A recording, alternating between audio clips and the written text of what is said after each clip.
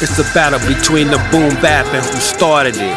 Who was out there in the park getting sweaty in the DJ booth, and who was out on the dance floor dancing, farting, and who was shaking loose, who was holding the girl's body close as they was holding and dancing, and who was on the basketball court listening to the music, romancing and getting loose. During the inception of hip-hop, I heard, I wasn't there, but what I've done my research on, it started with parties.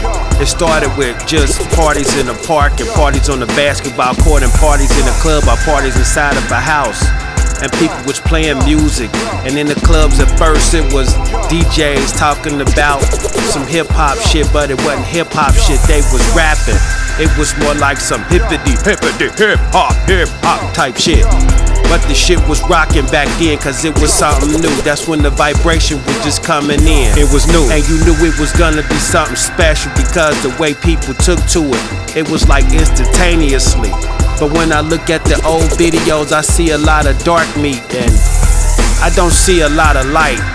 But it's a little bit of sprinkles in there, and who is the DJ, and who on the mic had the first hip-hop fight. That's where the vibration started.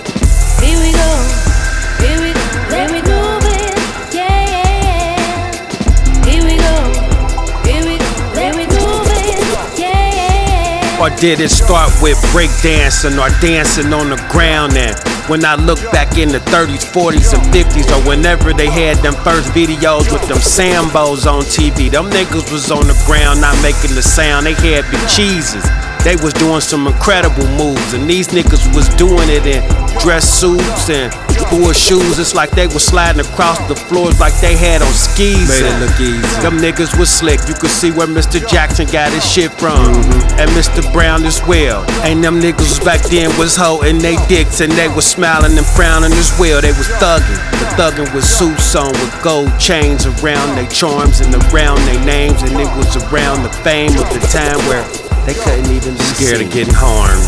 The other people was on the album cover, or they was in the background with their grill on, feeling me, ring the alarm. Here we go, here we go, let me do it, yeah.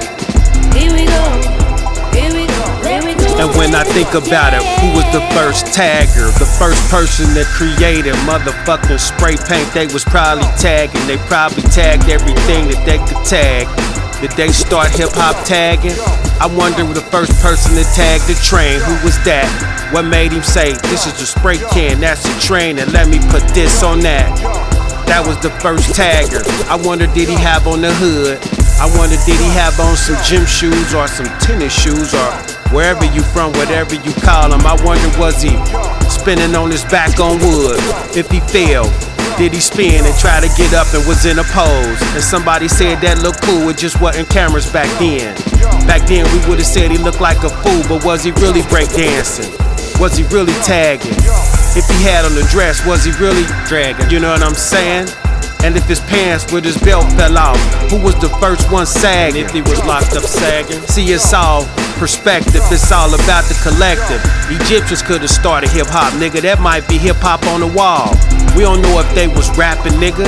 They might've had the motherfucking pyramids for the octave so they could get active in the pyramid, and they was having battles. Them niggas was wearing skirts, but not, cause they didn't have pants. Pants wasn't invented yet. Them niggas was rapping on top of a motherfucking chariot and on the back of a horse's saddle.